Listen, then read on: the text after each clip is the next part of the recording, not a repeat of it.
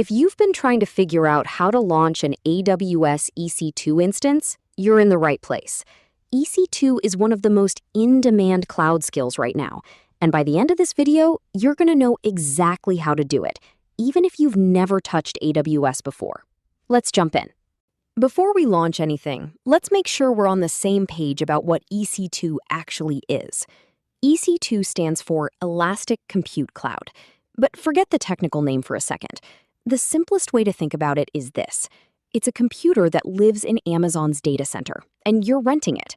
Just like renting a hotel room instead of buying a house, you pay for exactly the time you use it, and then you stop. That's it. No hardware to buy, no maintenance to worry about. Amazon handles all of that. People use EC2 to host websites, run apps, train AI models, set up databases, you name it. And with the AWS free tier, you can spin up your first server today at zero cost. All right, once you're logged into your AWS account, search for EC2 in the top search bar and click on it. This is your EC2 dashboard, and it's basically your home base for everything related to your cloud servers. The resources panel at the top gives you a snapshot of what's running. Right now, you'll see a bunch of zeros, and that's totally fine. We haven't launched anything yet.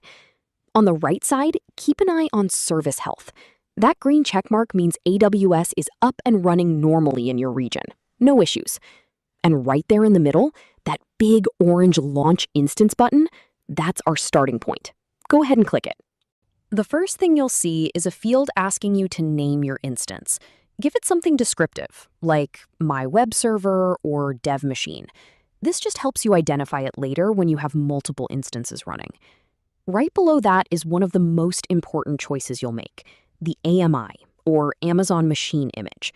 Think of the AMI as the operating system for your server.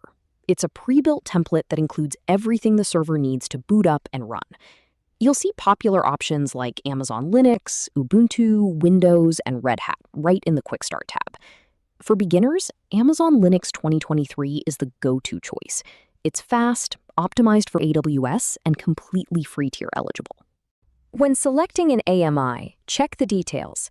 For architecture, stick with 64-bit x86 for the best software compatibility. The AMI ID is a unique identifier, and the publish date shows how recent the image is. Always look for that free tier eligible badge to avoid any surprise charges. For instance, type t3.micro is the perfect choice for beginners. It's free tier eligible and provides enough power for small projects. Then, create a key pair for secure access. Download the file and keep it safe. You cannot re-download it, and you'll need it to connect to your server. Network settings control who can reach your server and how. The first field you'll see is VPC, Virtual Private Cloud. Think of this as your own private, isolated section of the AWS network. Everything you build lives inside this virtual fence. The most critical setting here is the security group.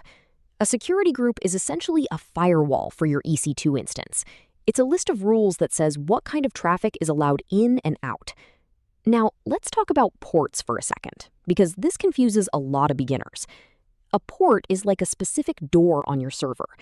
Port 22 is for SSH. That's how you log in remotely. Port 80 handles regular website traffic over HTTP. Port 443 handles secure website traffic over HTTPS. When you create a security group, make sure SSH is restricted to your own IP address only. Leaving it open to the entire internet is a security risk you don't want. Storage is your server's hard drive, and getting this right matters more than most beginners realize. By default, AWS gives you 8 gigabytes on the free tier, but you can bump it up to 10 or even 30 and still stay within free tier limits.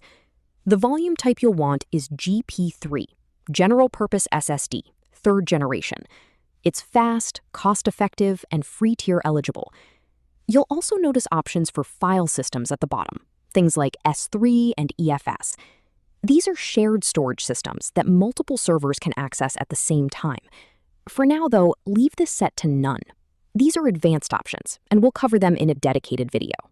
If you click Advanced on the storage section, you unlock a much more detailed view of your root volume. Let me break this down, field by field. Storage type is EBS, Elastic Block Store.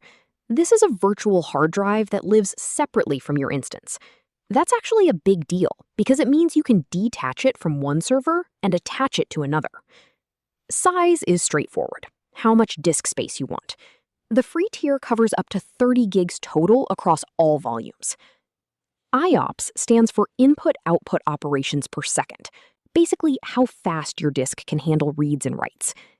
The GP3 default gives you 3,000 IOPS for free, which is solid performance. And delete on termination. This one trips up a lot of people.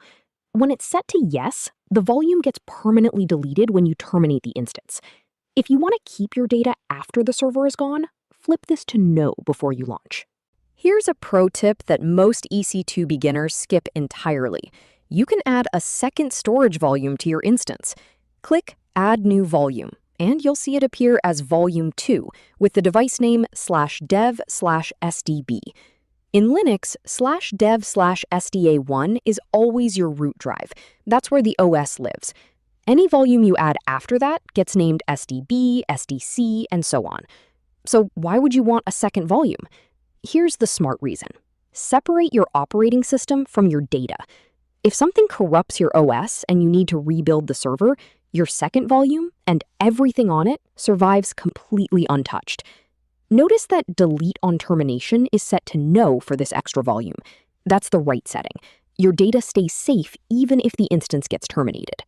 We're getting into advanced details now, and I know this section looks overwhelming at first, but honestly, for most beginners, you only need to understand 3 things here. Number 1, IAM Instance Profile.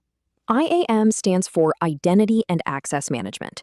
If you want your EC2 server to interact with other AWS services, like reading files from S3 or writing to a DynamoDB database, you assign it an IAM role here. Think of it as handing your server a staff badge that grants it specific permissions.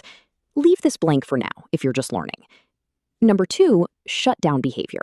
This controls what happens when you run the shutdown command from inside your server. Set this to stop, not terminate. Stop pauses the instance and saves it. Terminate permanently deletes it. And number 3, termination protection. Enable this on any server you care about. It adds an extra confirmation step before anyone, including you, can accidentally delete the instance. 3 more settings worth knowing before you hit launch. First is CloudWatch monitoring. CloudWatch is AWS's built-in monitoring service. It tracks your CPU usage, memory, network activity, and disk performance. Basic monitoring, which updates every 5 minutes, is included for free. Detailed monitoring at 1-minute intervals costs extra, so skip it while you're learning. Second is credit specification. T-type instances, like T3.micro, work on a credit system. When your server is idle, it earns CPU credits. When traffic spikes, it burns those credits to handle the load. Setting this to unlimited means your server can always burst.